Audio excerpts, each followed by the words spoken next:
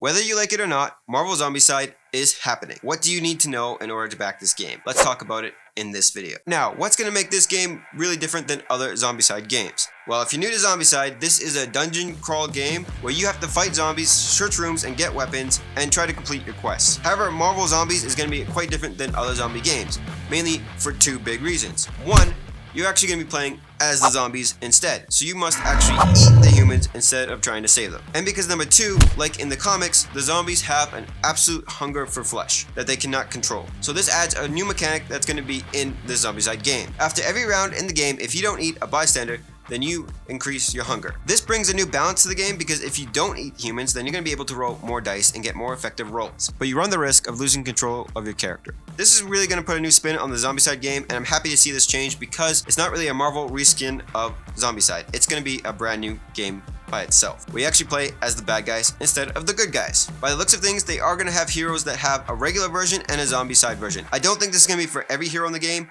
but I think depending on the campaign that you play in the game, or the mission, however you look at it, will call for certain heroes to be activated on the board, and if you feast on them, then they become a zombie themselves. A little tease that there might be a mode where you can play as the heroes fighting against the zombies. But the main regular play of this game is going to be playing as zombie heroes fighting against S.H.I.E.L.D. and other uninfected heroes. Let me know what you guys think about that, and let me know in the comment section down below whether you would fight as a zombie or rather play as the hero. Because you're playing as zombies, the main enemy in the game are going to be S.H.I.E.L.D. And of course, in every zombie game, they have a runner, a fatty, and a normal walker. However, there are going to be unaffected heroes that will appear on the board, and these are going to be more like an abomination zombie. Some are going to be more easier to deal with, but some are going to be a total nightmare like Thor. And with it being Cmon, you can bet there's going to be a lot of expansions that are going to come with this campaign. So don't worry, there's going to be a lot more characters that you can get with this game. The map in the game is going to be taking place in New York City, so they're going to have some special locations such as the Avenger Tower, the Daily Bugle, and things along those lines. They've also mentioned there's going to be tons of Easter eggs in this game for any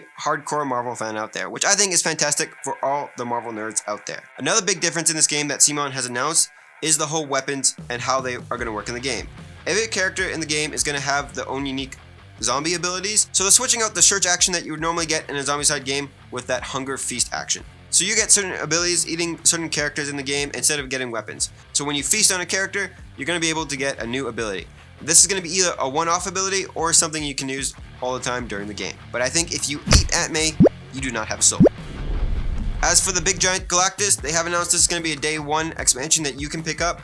My personal opinion is you do not need that at all. It's very cool, but it's going to be very expensive. This is going to be a playable factor in the game as he's going to be rampaging through the city, destroying tiles. So that's going to be a campaign where you're going to have to stop him. As for when this game is going to be released, they have announced it's going to be released early next year. However, with Kickstarter's newest rules, they have to complete a few deliveries in order to launch this game. Personally, for me, I think this game is going to drop in February, and if I had to pick a date, I'm going to guess February 8th. Now, of course, that's just a guess. I haven't heard any rumors. That's just my bet as of right now. I don't think Cmon would announce this game unless they're ready to drop it on Kickstarter in the next few months. Otherwise, the hype would die off. So if this game sounds interesting to you, and if this video helped you at all, let me know in the comment section down below, or if you're going to pass on it. I know personally for me, it's going to replace one of the games on my top 10 list, which you guys can check out right here, and I'll catch you guys in the next video. Take care.